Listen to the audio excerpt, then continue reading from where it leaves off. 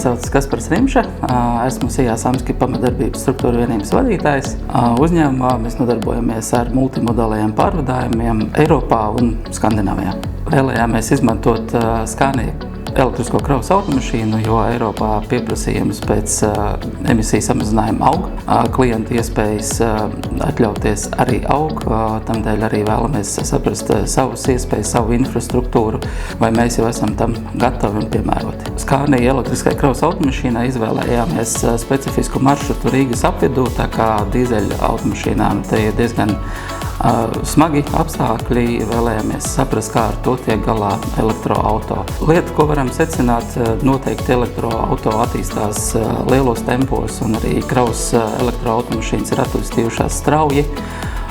Vēlme gan būtu vēl pēc lielākas nobraukuma iespējas, bet citā tiešām bijām patīkami pārsteigti, kādu apjomu jau šī kravas automašīna spēj veikt. Lai tuvākajā laikā mēs varētu savā autoparkā iekļaut elektriskās kravas automašīnas, mums ir arī jāveicina klientu izpratne par kopējām tā vērtībām un pielietošanu, lai tiešām šo savstarpēji arī varētu praksē realizēt. Kopumā, atskatoties uz testiem, vienmēr patīkami redzēt, kā mainās šoferu reakcija pirms viņš ir iekāpis un izmēģinājis šo automašīnu, un kas notiek pēc tam, kad viņš ir nobraucis dienu, divas, tad pozitīvisms ir redzams un acīm redzot, tas norāda uz pareizo virzību, kad šīs automašīnas tiešām varētu arī turpmāk būt pārsvarā.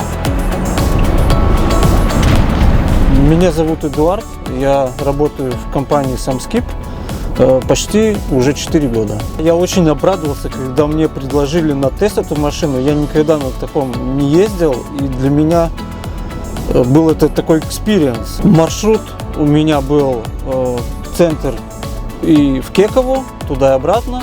Я проехал где-то 2 дня, и мне, по идее, на 2 дня вот этот маршрут хватило батарейки, даже оставалось 30%.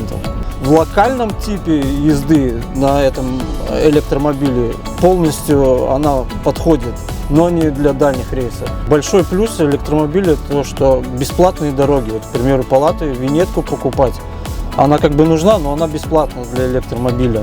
Не нужно AdBlue здесь покупать. Кстати, про экологию, например, летом, если ехать по центру города, вот наша новая Земгля-Гатвы, если летом открыть окно, то чувствуется запах выхлопных газов. Если, например, будет больше электромобилей, то, конечно, городу будет легче дышать.